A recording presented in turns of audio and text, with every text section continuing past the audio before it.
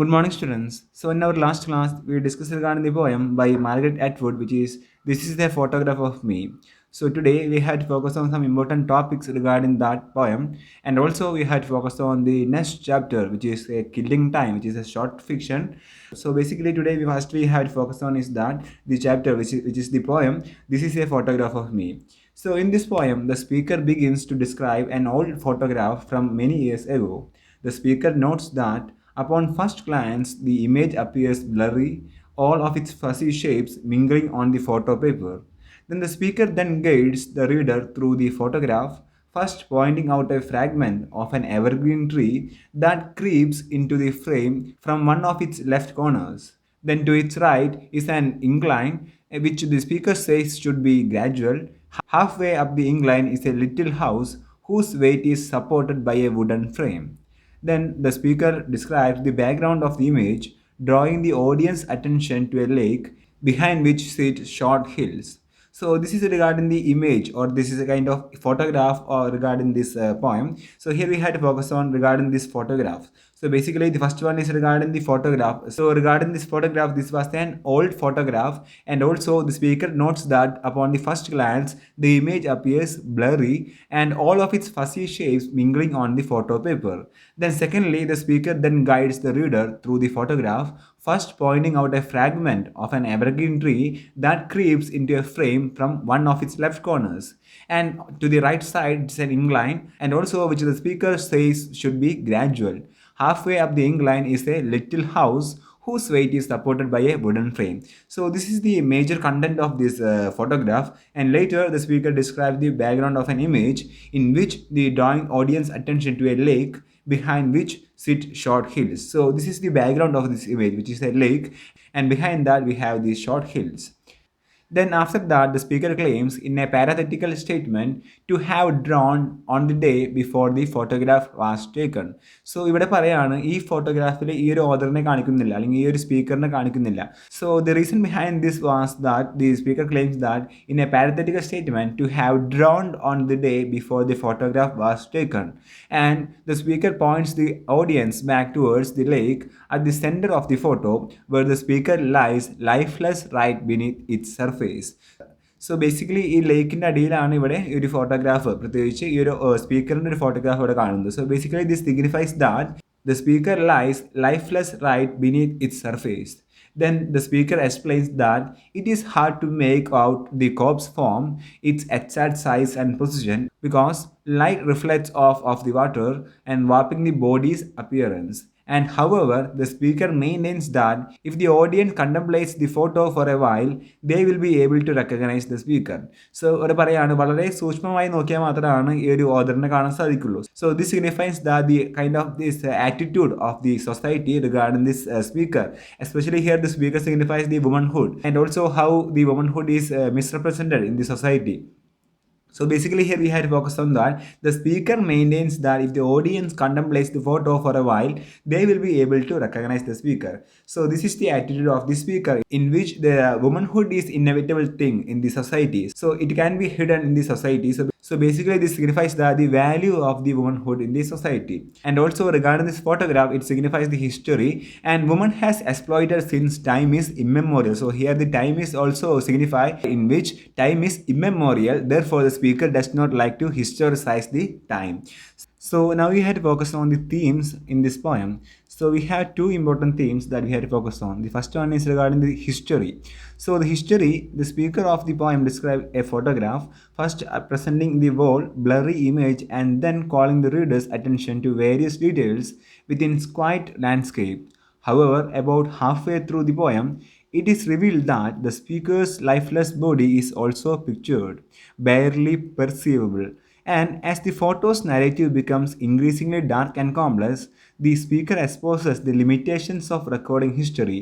It requires simplification. The poem implies that centering certain experience as others fade, and effectively resulting in the erasure of those with less power. So this signifies that the history, which is the central theme of this poem. So basically, the speaker of the poem describes this photograph. So the photograph, it is also signifies a kind of memory or a kind of history, and also the speaker first presenting this picture as the wall and blurry image, and then calling the reader's attention to various details within its quiet landscape. So basically, we have to focus on the different parts of this image, or which means the kind of this different details of this image. Then, however, about halfway through the poem, it is revealed that the speaker's lifeless body is also pictured in this photograph. And most important thing is that it is barely perceivable. And also, as the photo's narrative becomes increasingly dark and complex, the speaker exposes the limitations of recording history. So basically, this is we have to focus on regarding this poem, in which the speaker exposes the limitations of recording the history. So here the photograph itself is a kind of history. So here the speaker exposes the limitations of recording history, in which the photo's narrative becomes increasingly dark and complex. This signifies that the speaker exposes the limitation, and also it requires the simplification, and also the poem implies centering certain experience as others fade and effectively resulting in the erasure of those with less power. Then also in this poem we have some kind of this multiple truths contained in the photograph, in which a kind of uncovering this kind of multiple truths. So which signifies that the speaker reveals that historical narratives are often simplified and exclusionary, shaped by whoever is recording them.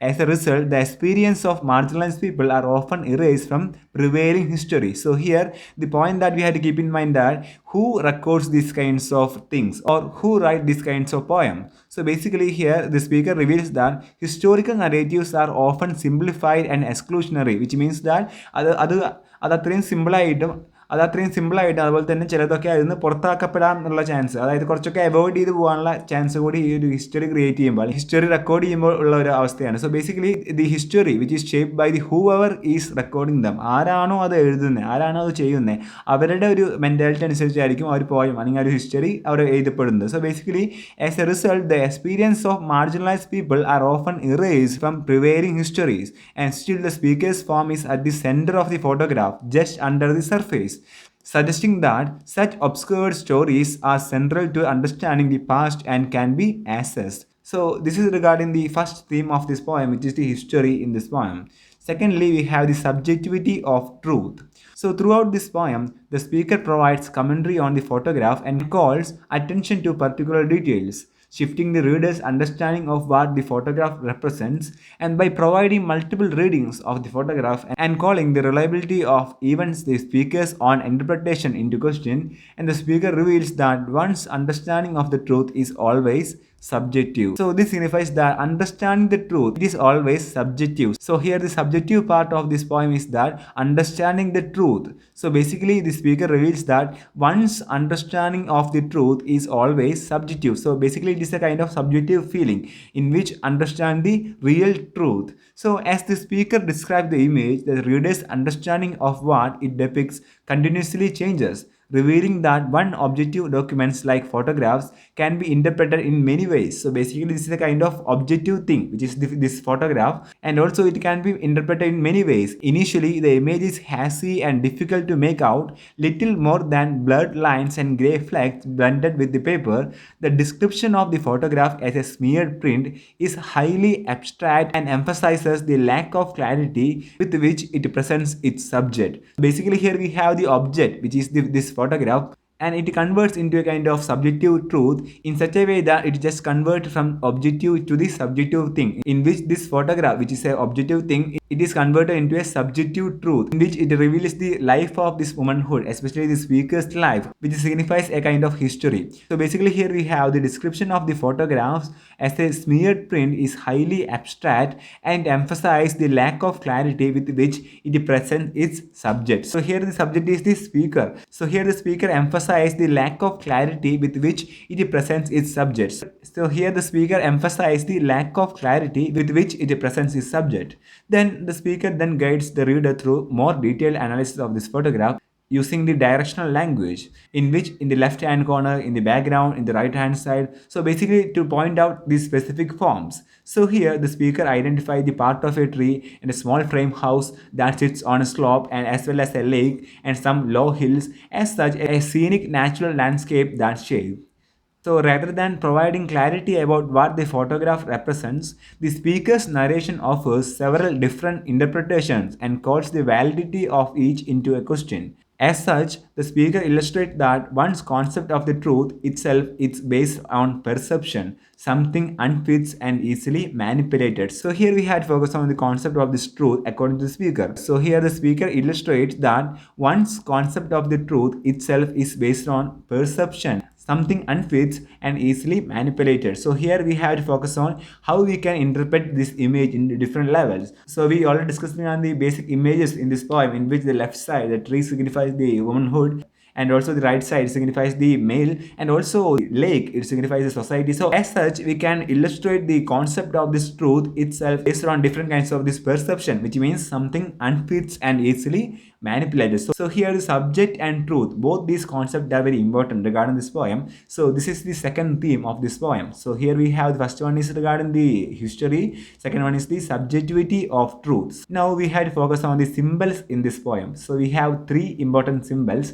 The first one is the house, second one is regarding the water, and third one is regarding the light. So here we have the three important symbols. The first one is regarding the house. So here the speaker points out a small frame house in the line 12, a seemingly quaint image.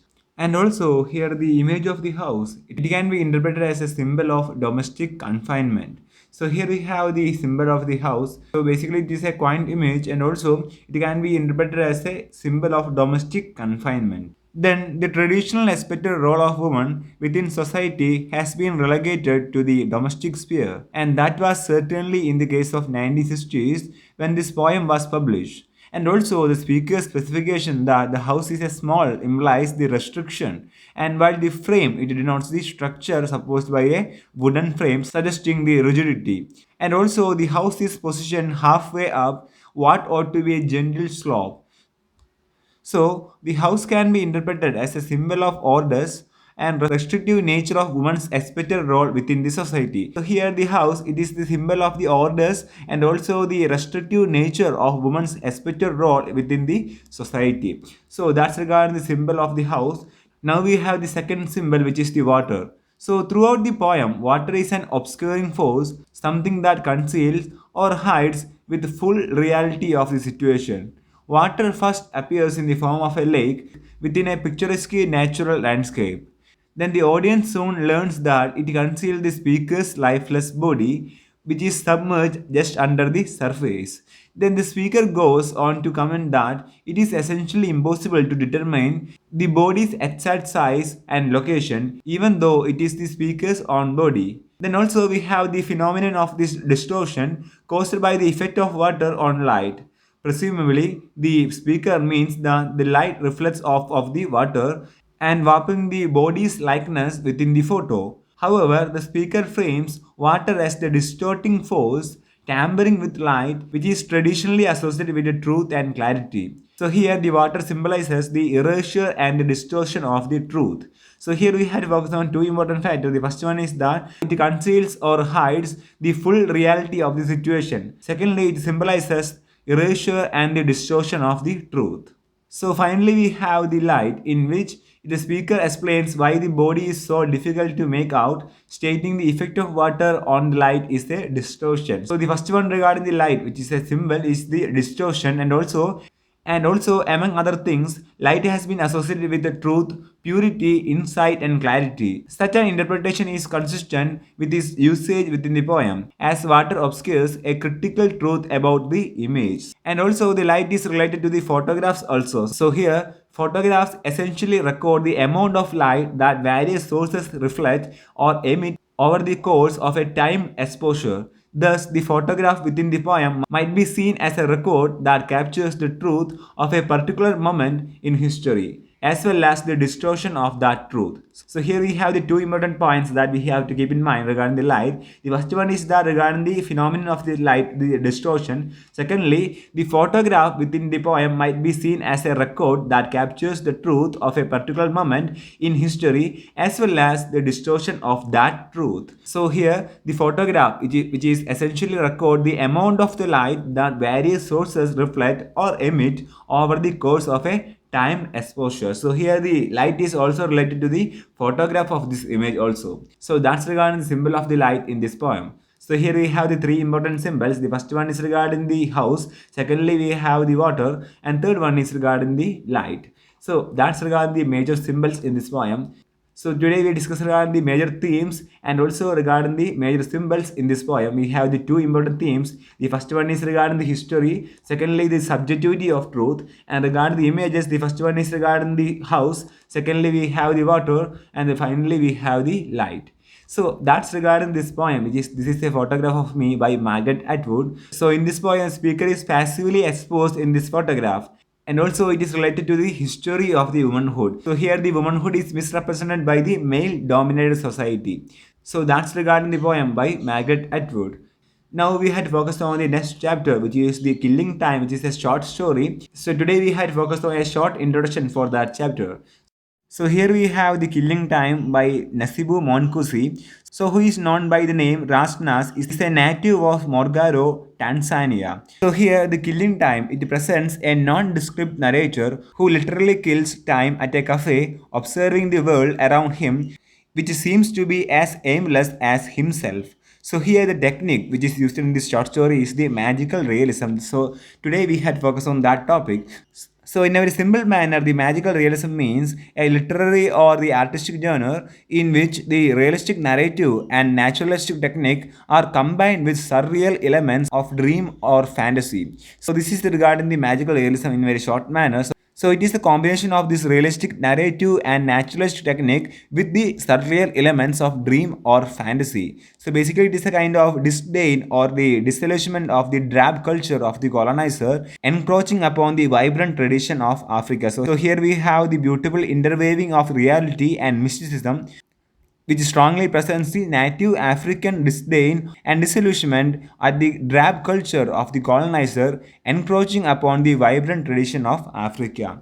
So basically, this short fiction which presents a nondescript narrator who literally kills time at a cafe observing the world around him, which seems to be as aimless as himself. So that's regarding a quick introduction for this chapter, which is a killing time. So in the next class, we'll be focusing on this chapter. So today we discussed regarding some important topics regarding the poem, which is the this is a photograph of me by Margaret Atwood, and also a very short introduction for the chapter, which is the killing time, in which the technique of this magical realism is used in this chapter. So we'll be focusing on this chapter in the next class. So that's for today. Thank you. Happy learning.